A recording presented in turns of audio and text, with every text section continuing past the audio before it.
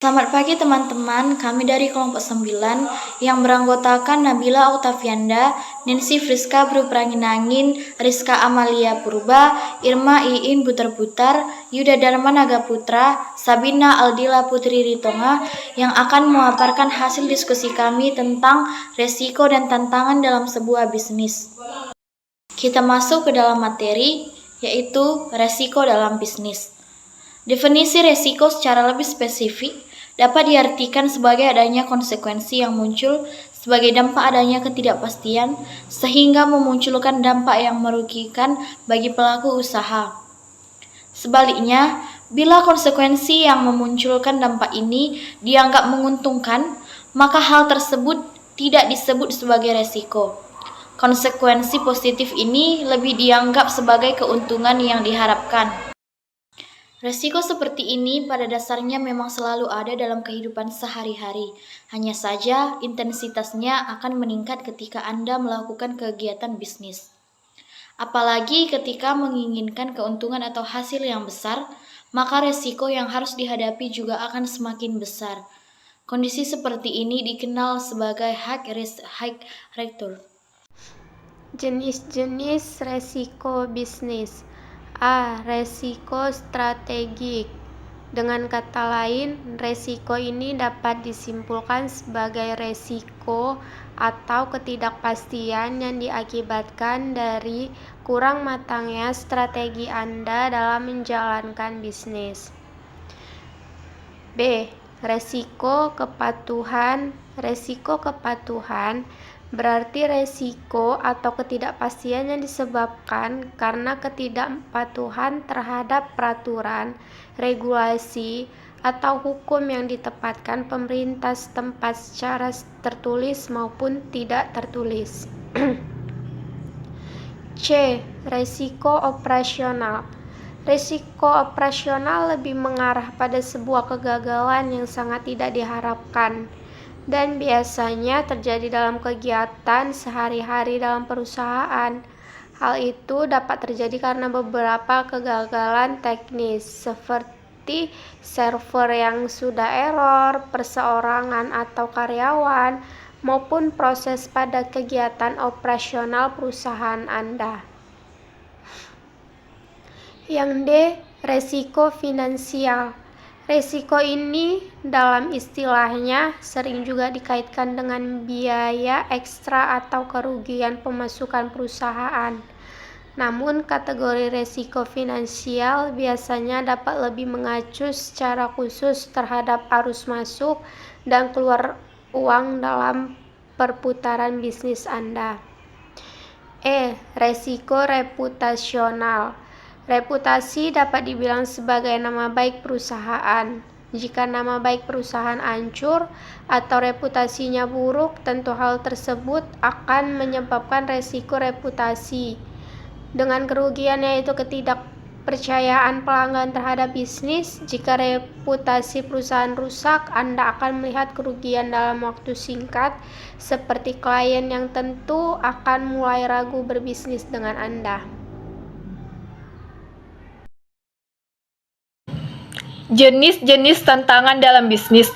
Terdapat beberapa bagian jenis-jenis tantangan dalam bisnis, yaitu sebagai berikut. Yang pertama, kesigapan yang kurang.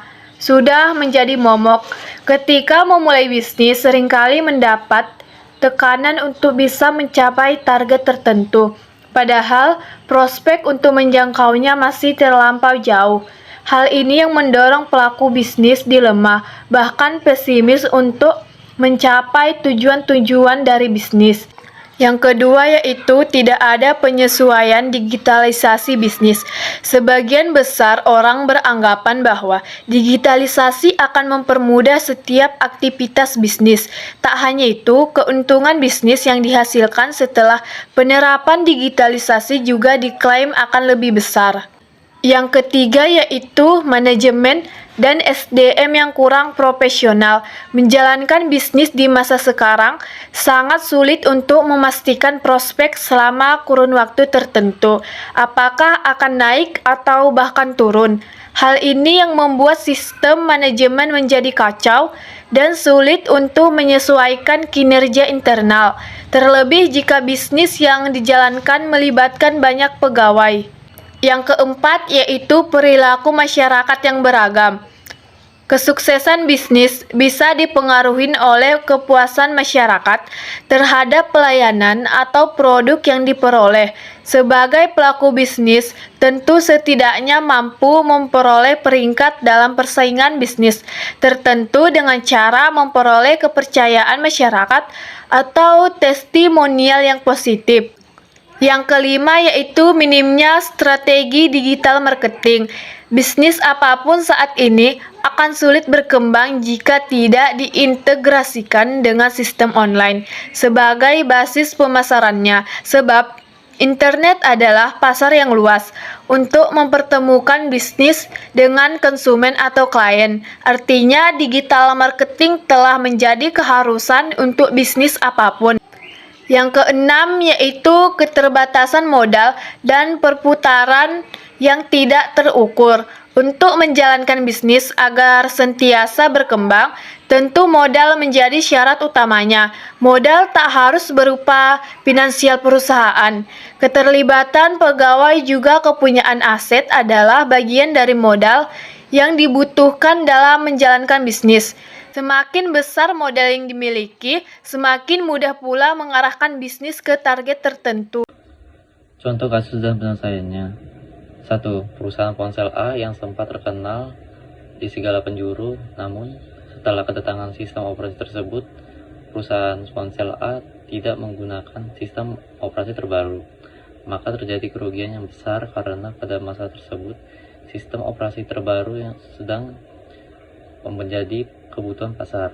Solusi, pada intinya, Anda harus mempersiapkan strategi apa yang akan Anda jalankan ketika Anda akan atau sedang membangun bisnis agar nantinya dapat berjalan di jalur yang benar sehingga dapat meminimalisir kerugian yang ditimbulkan. Anda tidak boleh keras kepala dan egois dengan kehendak tentu saja Anda harus mengikuti sesuai dengan keinginan pasar. Solusinya, Anda harus mengetahui manfaat dari produk atau jasa yang Anda tawarkan agar lebih mudah diterima. Yang kedua, di suatu daerah melarang kegiatan bisnis yang bertema dengan permainan anak seperti PlayStation karena dapat menyebabkan anak malas belajar. Maka jika Anda memiliki bisnis rental PlayStation, sebaiknya dimusyawarahkan dengan pemerintah setempat terlebih dahulu. Dapat saja mereka meminta beberapa syarat agar Anda tetap menjalankan bisnis. Jika tidak, Anda akan melakukan revolusi dalam bisnis Anda. Jika Anda tidak mematuhi peraturan daerah setempat, bisnis Anda akan merugi karena saja terkena denda pemerintah setempat. Solusi, sebaiknya jika Anda membangun bisnis, bangun secara bertahap dan pelajari tentang bisnis dengan masa depan yang panjang. Pelajari manfaatnya serta kerugian yang dapat ditimbulkan bagi masyarakat sekitar maupun kerugian lain yang sudah tertera pada hukum dan adat istiadat yang berlaku. Contoh kasus dan penyelesaiannya. 3. Salah satu karyawan Anda yang menulis jumlah salah dalam sebuah cek atau pembukuan keuangan perusahaan. Angka yang ditulis seharusnya 10 juta rupiah. Akan tetapi tertulis sebesar 100 juta rupiah.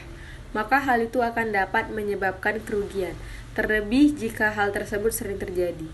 Dalam beberapa kasus lainnya, resiko operasional juga dapat muncul dari kejadian yang terjadi di luar kendali, seperti bencana alam, kebakaran, perusahaan, pemutusan daya, atau masalah dengan website hosting. Solusinya, beberapa hal yang dapat mencegah resiko operasional adalah dengan menggunakan sumber daya manusia yang terlatih dan profesional di bidangnya. Jika pemasaran dan pemesanan Anda menggunakan teknologi website, sebaiknya Anda memiliki website kedua untuk membantu melakukan proses pemesanan atau dapat juga sebagai pemberitahuan mengenai informasi perusahaan Anda. Anda juga dapat memanfaatkan sosial media untuk mencegah keterpurukan reputasi perusahaan Anda. Kesimpulannya adalah bahwa setiap orang yang mau memulai dalam berbisnis harus tahu apa risiko dan tantangan yang akan dihadapi dalam berbisnis agar bisnis tersebut dapat berjalan dengan lancar dan mendapat keuntungan.